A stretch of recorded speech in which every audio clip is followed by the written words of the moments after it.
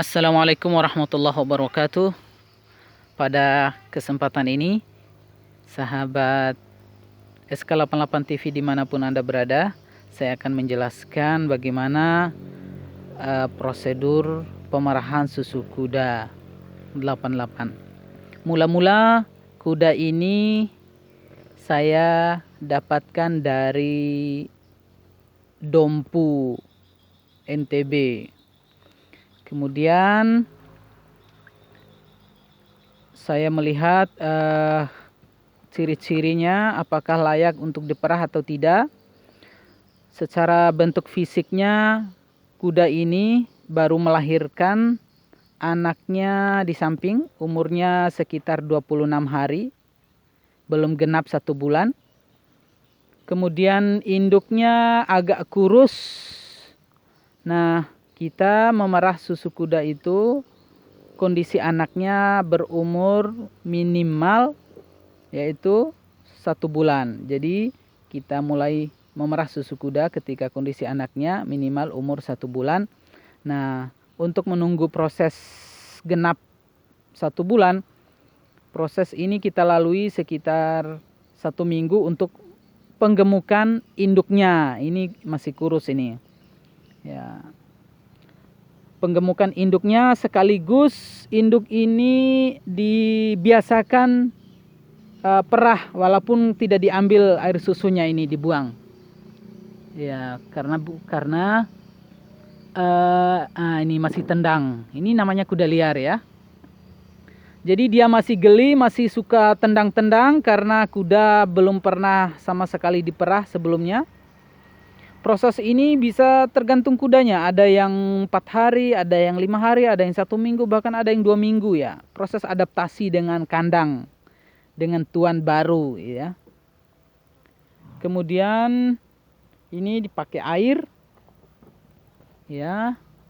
Jadi tiap pagi itu dimandikan supaya dia jinak ya. Proses menjinakkan kuda agar siap diperah dan tidak tendang-tendang. Bayangkan kalau kita perah susunya sudah penuh gayung lalu dia tendang, selain kepala kita bocor juga susu kudanya tumpah. Nah, itu teman-teman. Jadi ini bahkan kakinya diikat. Kakinya diikat pakai kandang jepit. Ini kandang sapi sebenarnya ini.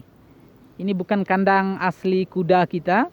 Kandang aslinya berada di sekitar 10 meter dari sini. Nah, kuda ini saya beli tukar tambah ya. Kuda saya sebelumnya usai diperah beberapa bulan, anaknya sudah besar, akhirnya susunya mulai kering, air susunya mulai kering. Kemudian saya menukarnya dengan induk yang punya anak kecil. Gitu. Nah, ini masih kurus. Kuda saya kemarin sebagai tukar tambahnya gemuk sekali. Karena makan kuda ini 24 jam teman-teman. Nah, kuda ini kita perah lebih kurang 5-6 kali dalam 1 hari. Maksudnya adalah dalam 24 jam. Ya. Jadi perah susu kuda itu siang malam. Kuda juga makannya tidak pernah istirahat, makan siang dan malam. Kemudian dalam 1 kali perah itu mendapatkan lebih kurang 1 liter. Ya, 1 gayung ya, lebih kurang 1 liter.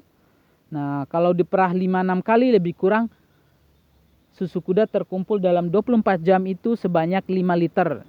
Ya, pas 1 jerigen bimoli ukuran 5 liter. Begitu teman-teman.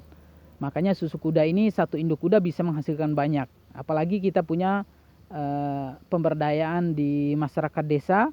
Ada banyak kuda yang setiap rumah itu punya kuda perah.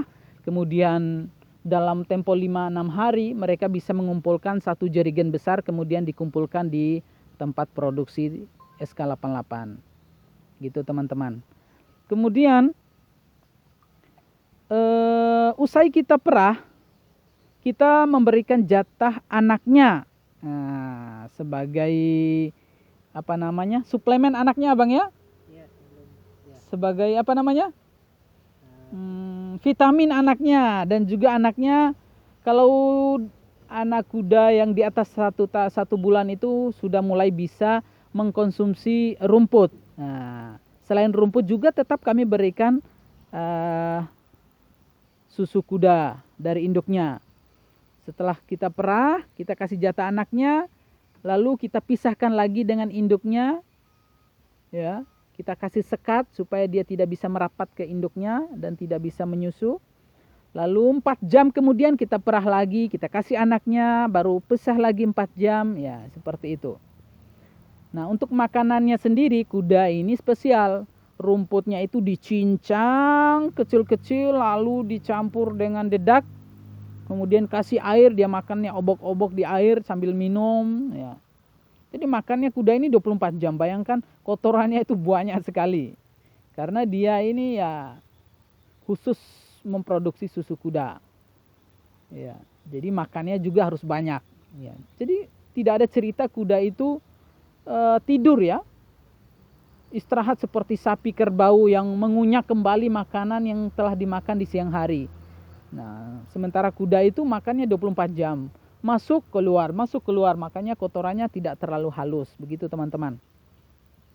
Nah, yang menarik, satu-satunya susu yang tidak perlu dimasak dan tidak perlu diberikan bahan pengawet, ini adalah susu kuda di Pulau Sumbawa. Ini satu-satunya susu binatang ya. Jadi susu kuda ini sebenarnya awet 5 bulan, 6 bulan. Ya. Sampai 6 bulan di luar kulkas sekalipun. Cuman kalau di luar kulkas, proses fermentasi rasa kecutnya lebih cepat, lebih tajam dibandingkan di dalam kulkas. Ya.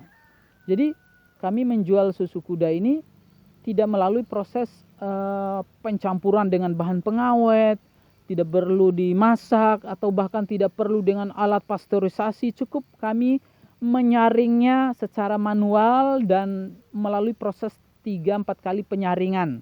Baru kami mengisi dalam botol, dan botolnya baru kami beli langsung dari pabriknya di Surabaya. Begitu teman-teman ya.